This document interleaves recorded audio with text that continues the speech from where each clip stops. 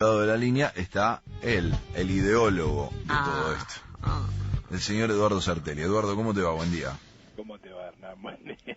Mira cómo está. Mira cómo está. Vos no lo podés creer, imaginar. yo te juro que yo tampoco lo puedo creer. O sea, es tremendo. O sea, a donde voy, saludos para Eduardo, me dicen. Bueno, ya llegará el momento en que empezaremos a cobrar entonces. Me encanta, me encanta. Viste, gratis. Me encanta. Una vez que ya tenés el mercado, ya está. Bien. ¿Cómo fuiste presidente de mesa vos? Sí, señor. Sí, muy bien. Presidente, entonces podemos decir el presidente Eduardo Sartelli. Es lo que yo les decía ayer a la gente Claro, correcto. Eso para muchos del sector que dicen Sartelli es reactivo a los cargos, no. Sartelli es presidente. Sobre todo el de presidente. Sí, por supuesto. ¿Cómo fue la historia ahí? Interesante, mira, fue mucho más sencillo que la vez pasada, por supuesto, porque la vez pasada había 25 listas más o menos, y ahora había 5, Uh-huh. con lo cual era mucho más sencillo. Y algunos fenómenos interesantes. Sí. Es muy difícil evaluar las cosas desde una sola mesa, obvio. mesa, Uh-huh. ¿no? Pero hay algunas tendencias que son interesantes porque estaban ahí. Sí. Por un lado, votó menos gente. Ajá, mira.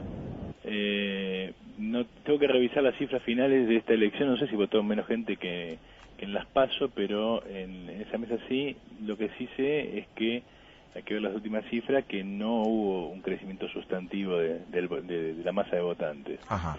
Lo cual nos lleva a pensar todo el fenómeno ese de si hay detrás de eso no hay algún voto duro 2001, es decir, de que se vayan todos, esa gente que está medio cansada de la política y ya está expresando lo que se expresó en el 2001 de alguna manera. Sí.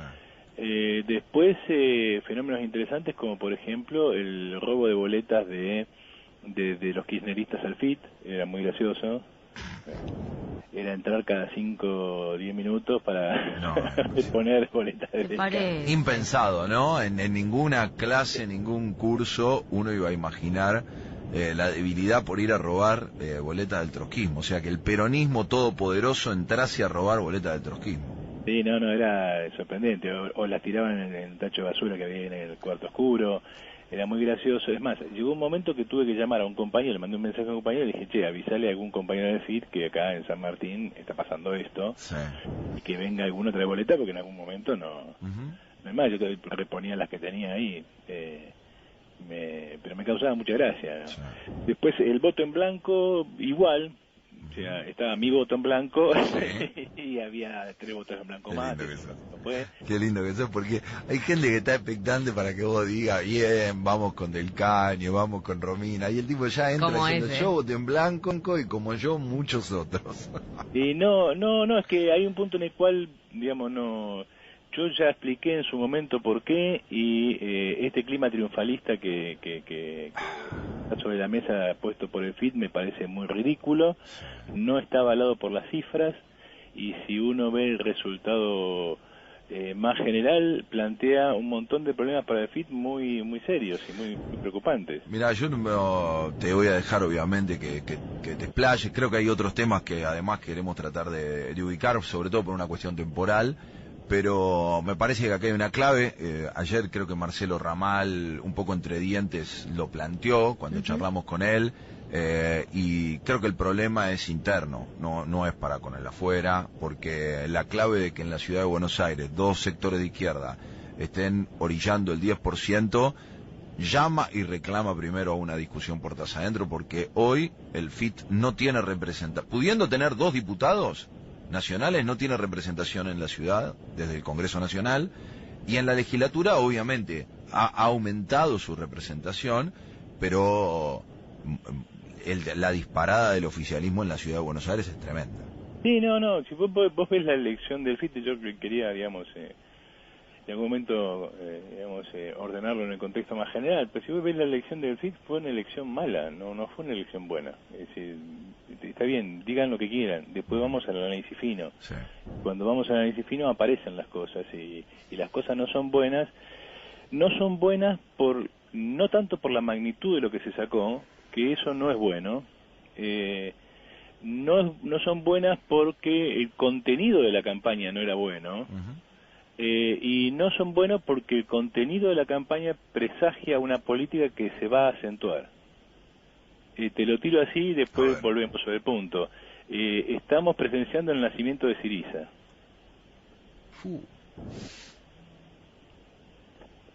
O de Podemos, como quieras, digamos, ¿no? Más o menos eso. Es así.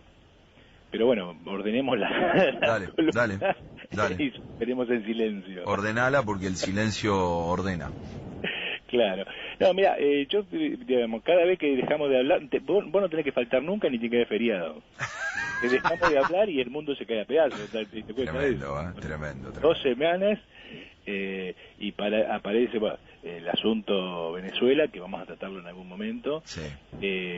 Un régimen que se cae de una manera más estrepitosa y que en su caída va dejando solo la posibilidad de un estallido social en Venezuela, que si hubiera en Venezuela una izquierda capaz de aceptar el desafío, lo que acaba de pasar en Venezuela abre un camino para una tercera vía, ni chavista ni por supuesto de la MUD, ¿no? Pero bueno, eso hay que analizarlo. Yo creo que los chavistas que festejan debieran, digamos, detenerse a pensar lo gravoso de la maniobra que se han mandado, y los que no son chavistas, pero por supuesto están en una línea que busca una salida progresiva para Venezuela y no caer en la oposición burguesa, tendrían que sacar nota de esto y darse cuenta que tienen la posibilidad de un camino a partir de acá. Es un camino finito, pero se puede ensanchar si se trabaja. Si no, tarde o temprano esto va a terminar realmente mal. Cataluña, estamos presenciando el verdadero músculo del nacionalismo, que no parece dar para mucho. Rajoy va a avanzar, vamos a ver qué pasa, pero eso nos va a ayudar a pensar en algún momento acerca de la trampa del nacionalismo, y de un nacionalismo de modé, de un nacionalismo retrógrado, no del nacionalismo del siglo XIX que constituía estados nacionales destruyendo realidades feudales y organizando la vida de una manera progresiva. Es decir, no estamos viendo el nacionalismo polaco, el nacionalismo irlandés, no estamos viviendo la constitución de grandes naciones que organizan la vida de una manera progresiva. Estamos viendo un proceso de descomposición social que se encubre bajo la forma de nacionalismo. Clarísimo. Y que requiere de la clase obrera europea una salida europea. Lo tiramos. El último tema, digamos, aparte de las elecciones que pasó en estas 2 semanas, en las que pasó de todo, digamos, no dejemos de hablar más porque si no pasan 3 semanas y no sé qué pasa. Es el tema de Maldonado. Sobre el tema de Maldonado, que es muy delicado, muy triste, muy penoso, sobre el cual cuesta hablar, no solamente por razones de orden sentimental, sino por razones de orden, digamos... Lo que pasa es que el análisis, por lo menos es lo que entiendo, ¿no?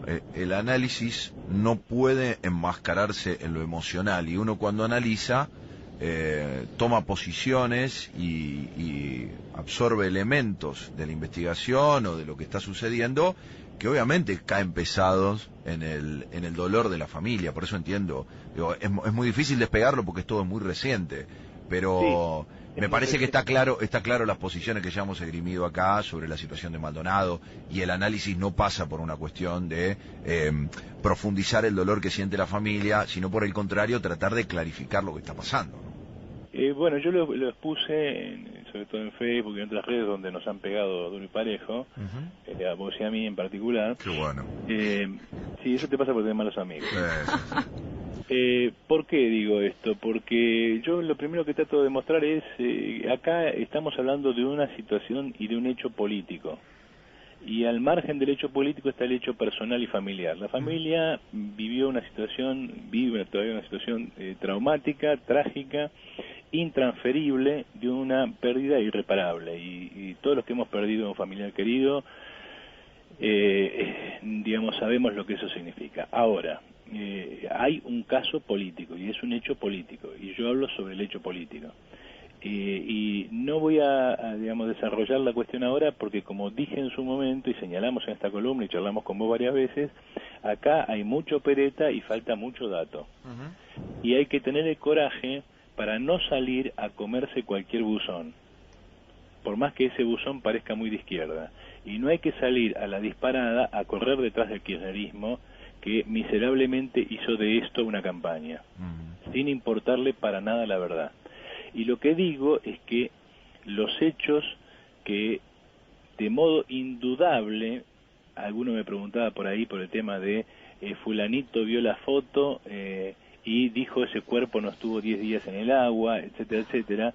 Acá hay una comisión de casi 50 personas de diferentes lugares y de todas las partes involucradas mirando el hecho, mirando la autopsia. Y aparte de altísimo nivel técnico. Sí, cortémosla con la paranoia y cortémosla con la teoría conspirativa. Sí, no, acá hay verdades y hay que prepararse, y yo, digamos, en este punto quería detenerme para poder volver a hablar cuando estén más datos, y que simplemente señalar que por esta razón yo señalé aquí, la gendarmería está involucrada, pero el caso tiene que ser estudiado, y por eso, porque el caso tiene que ser estudiado, porque no sabemos realmente qué pasó, más allá del hecho de que una persona desapareció y la gendarmería estaba allí, nosotros reclamamos una comisión independiente. Ahora, hay que prepararse para que el resultado no sea el que muchos quieren políticamente que sea. Y hay que prepararse para las consecuencias de haber empujado las cosas en un sentido y haberse dejado comprar por la maquinaria publicitaria del kirchnerismo. Porque si los resultados se terminan confirmando tal como van, o seguimos mirando una realidad que no existe y negando la realidad concreta que tenemos delante, o las consecuencias de negar esa realidad van a tener resultados positivos muy negativos. Muy negativos. ¿Por qué digo esto? Porque es obvio que si esto termina siendo como Macri dijo que era, lo cual para cualquiera que no quisiera tomar esto simplemente como parte de una campaña política al estilo Cristina, era una posibilidad, y la realidad tenía que hablar para ver cuál era esa posibilidad, y cualquiera de nosotros lo único que quería era que esa realidad hablara, y por eso necesitábamos la comisión. Si eso llega a ser así, no solamente ganó Macri en las elecciones, sino que la victoria política de Macri va a ser aún superior. No solamente habrá ganado Macri, sino que habrá ganado Bullrich y habrá ganado la gendarmería, etcétera, etcétera. Lo dejo puesto sobre la mesa para poder discutir más adelante, no tanto el caso en sí mismo, porque de eso no tenemos datos y va a hablar, digamos, la autopsia. Lo dejo planteado para tratar de entender por qué compramos tan fácilmente. Yo quiero poner un hilo de discusión mínima, ya aprovechando que ya me putean, esto me fortalece.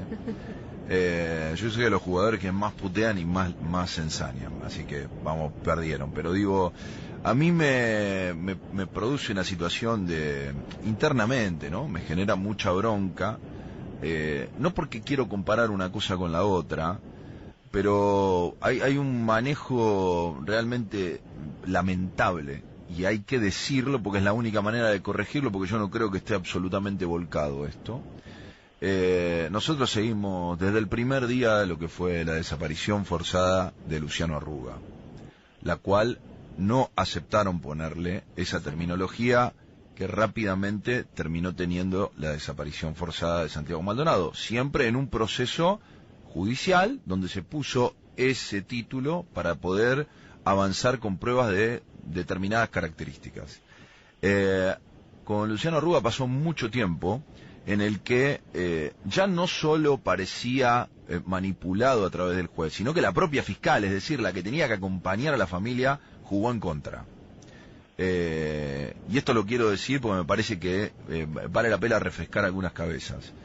Bajo ningún concepto, si bien la APDH le puso el hombro a morir a la causa, ¿sí? Sobre todo de La Matanza, Pablo Pimentel y demás, que vale la pena reconocer a algunos personajes, algunas personalidades que ponen en juego su pellejo realmente. No hubo una presencia del CELS como sí lo hubo hasta mucho tiempo después.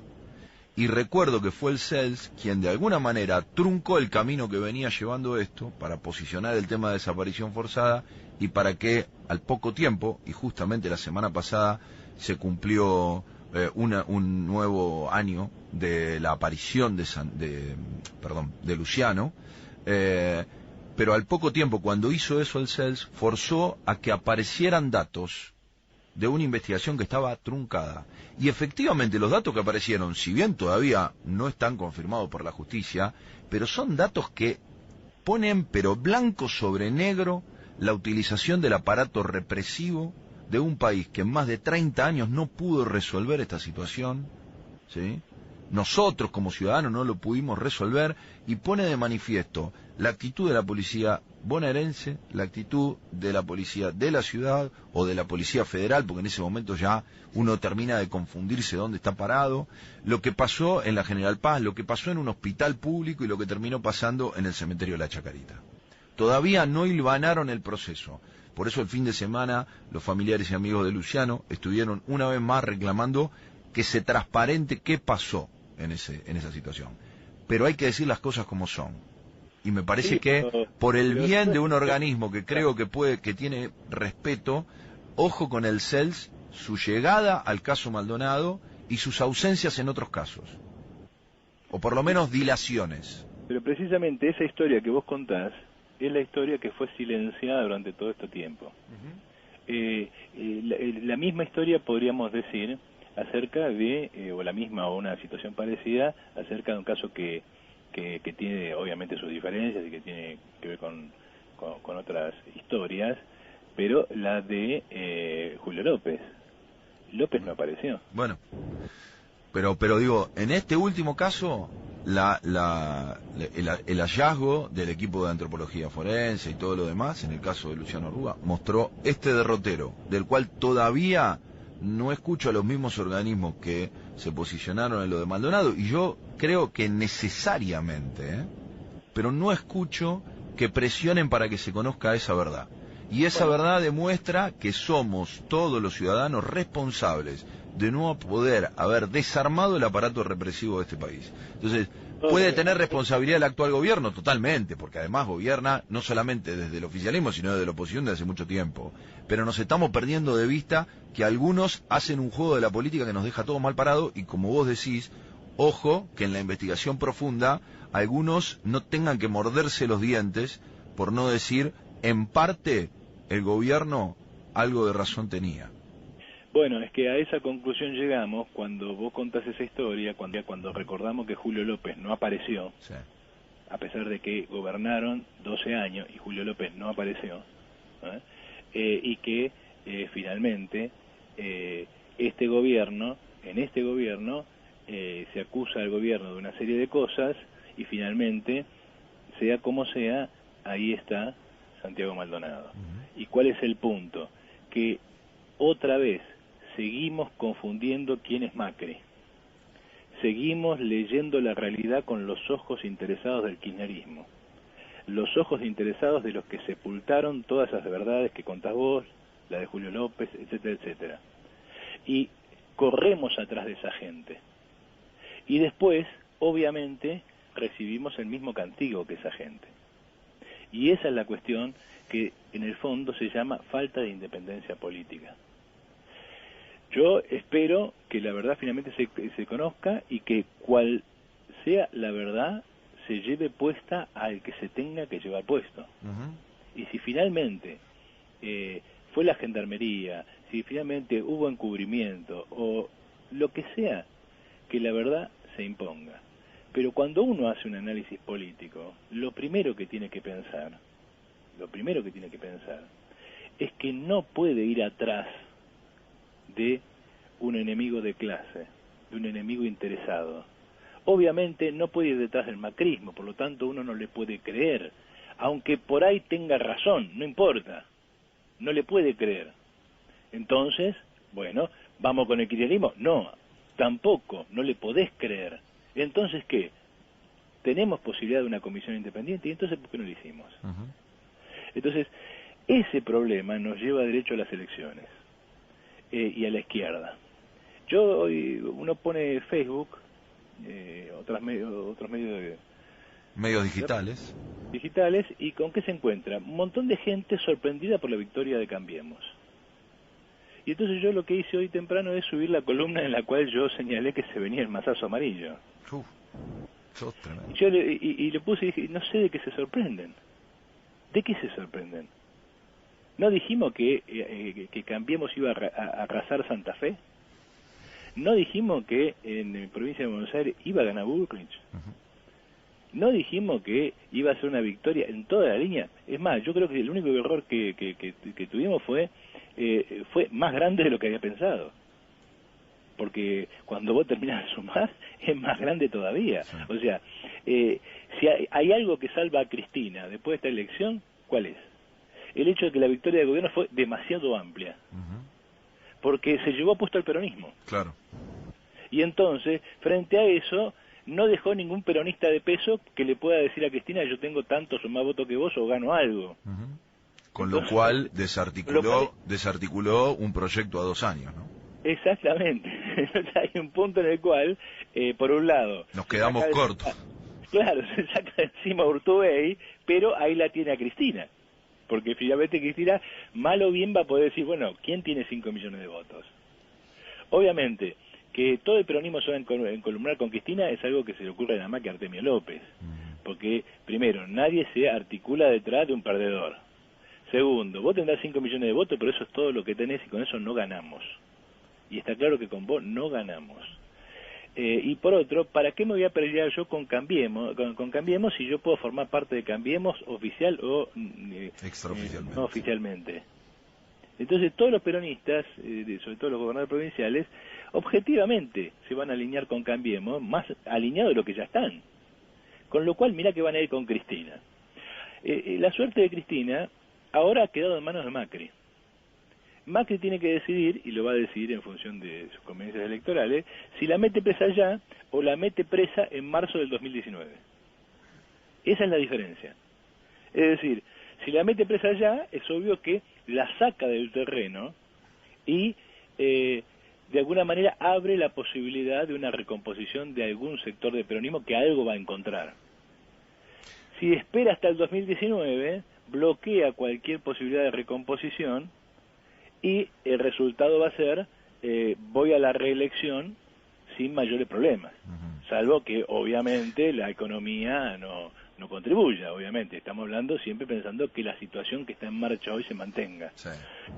Conclusión, hoy Cristina está en manos de Mauricio y todo depende de si Mauricio quiere o no quiere meter la presa en función de si va a seguir con esta línea de vamos a la oposición, vamos a buscar la oposición con Cristina para ganar las elecciones de ¿cómo se llama?, de renovación de mandato. Sí. El problema para los otros es que desaparecieron. ¿Qué pasó con Massa? ¿Qué pasó con Randazzo? ¿Vos creés realmente que el gobierno tiene decisión sobre si la pone presa o no? ¿O llegamos a un nivel donde la justicia avanza más, o sea, un poco por pleitesía hacia el gobierno, pero digamos que avanza casi autónomamente? A ver, yo no creo que el gobierno haga lo que se le da la gana con la realidad.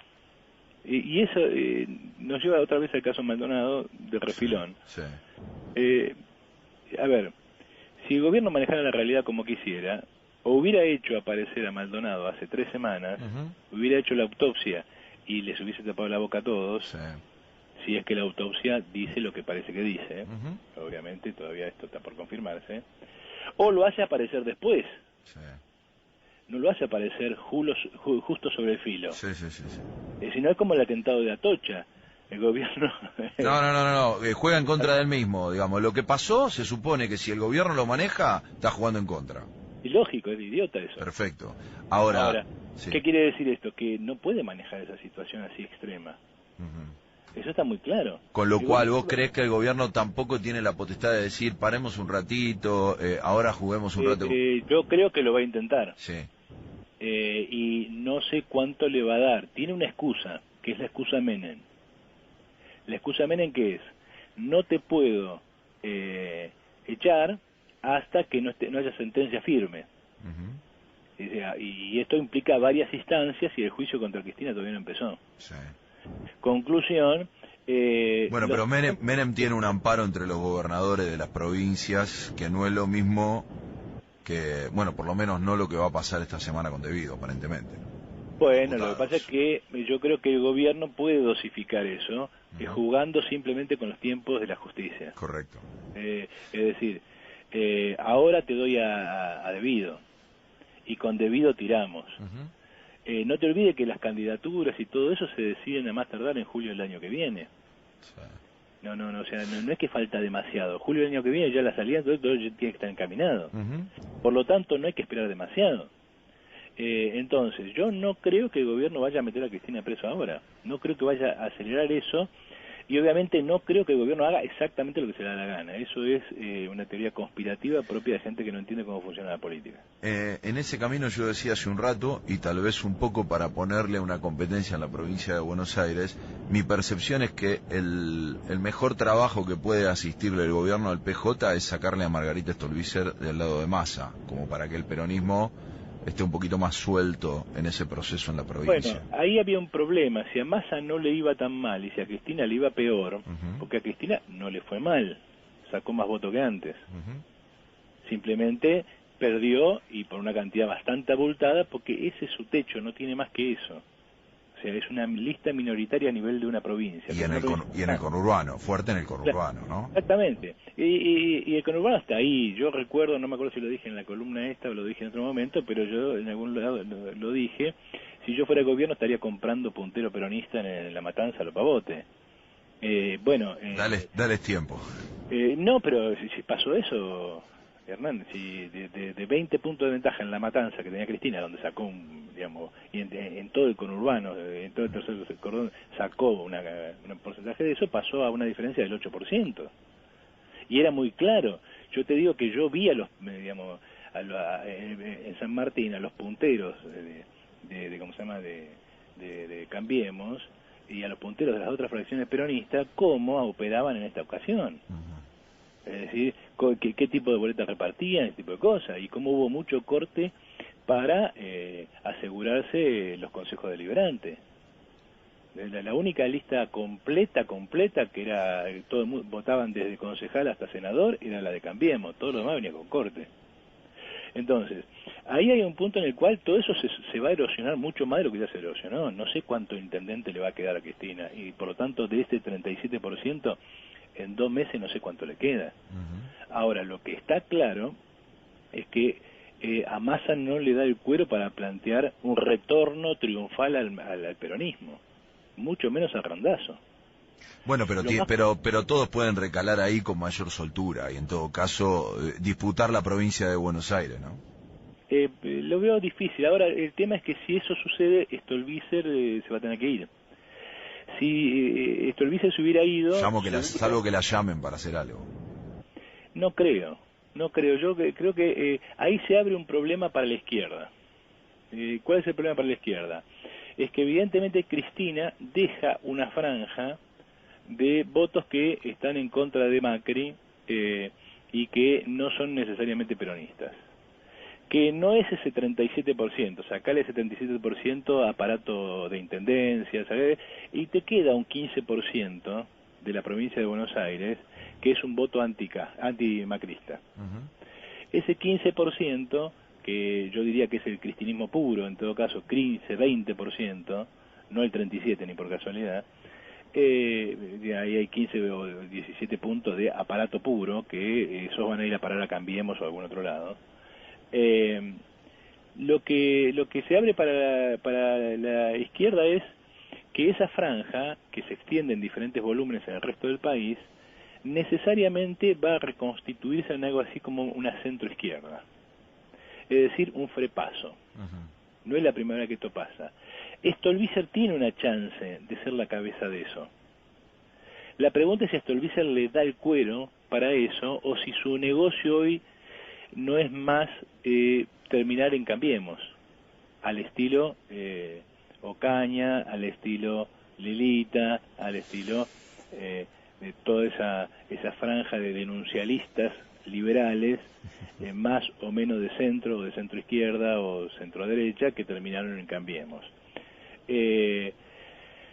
Si Stolbizer se va con Cambiemos, va a tener algún puesto, pero desaparece como figura independiente, eso está claro. Okay. Si se tira la propia, puede ser, pero no te quede duda de que no le va a ir demasiado bien. ¿Quién puede ocupar esa franja? ¿Quién se postula para esa franja? No lo sé. Se postula el FIT. Por el sentido de la campaña, el FIT va a ocupar esa franja. De hecho, si vos ves el resultado de las elecciones, ¿dónde le fue bien al FIT?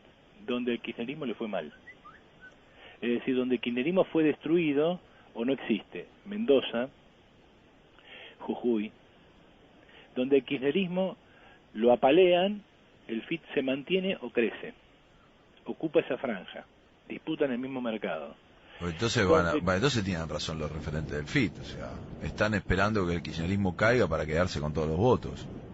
Sí, claro. Y eso no es una buena noticia. Ah. Pero la estrategia está bien generada. Si vos decís que sos un partido socialdemócrata reformista, sí, claro. Ah. Bueno. Si por eso vos decías lo de Syriza.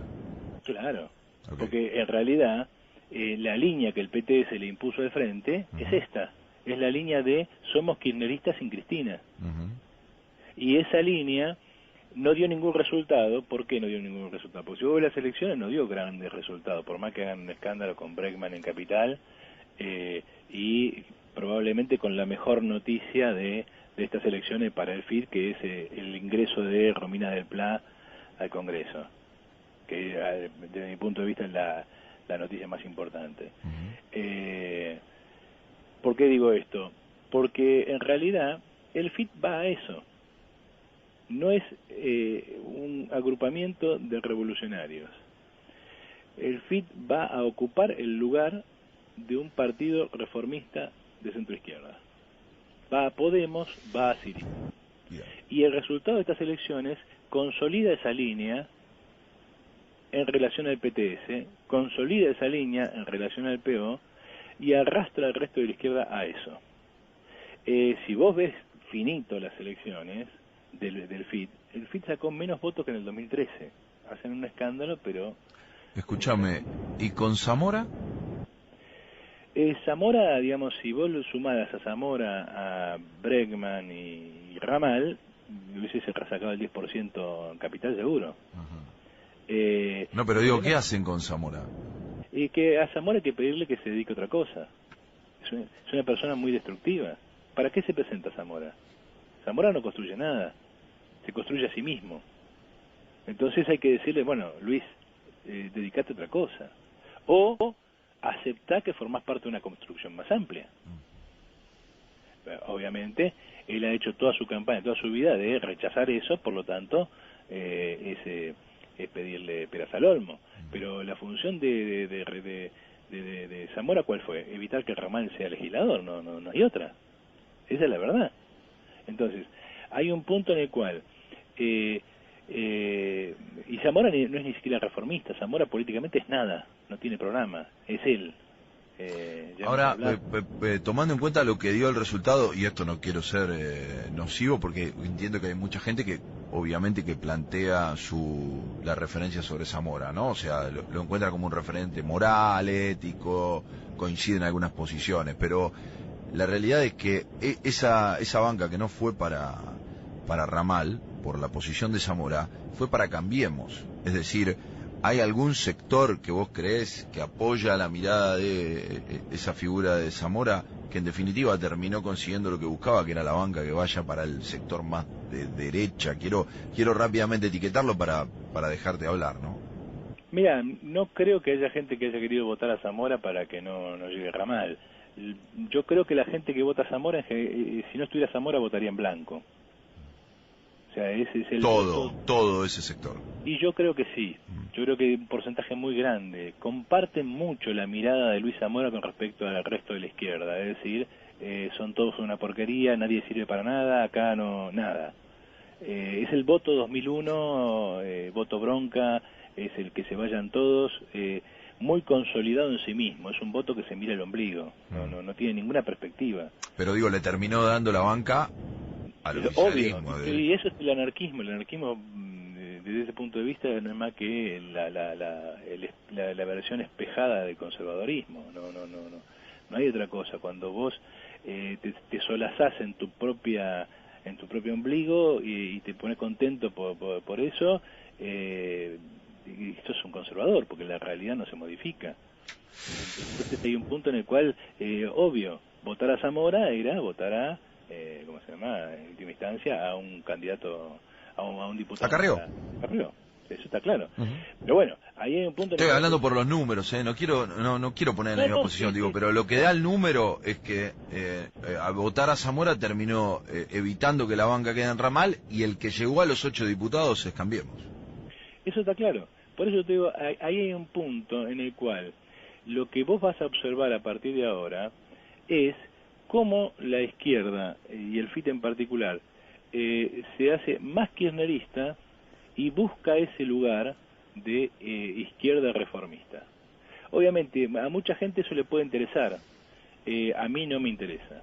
Yo voté en blanco precisamente porque yo soy socialista y estoy esperando que alguien levante un programa socialista.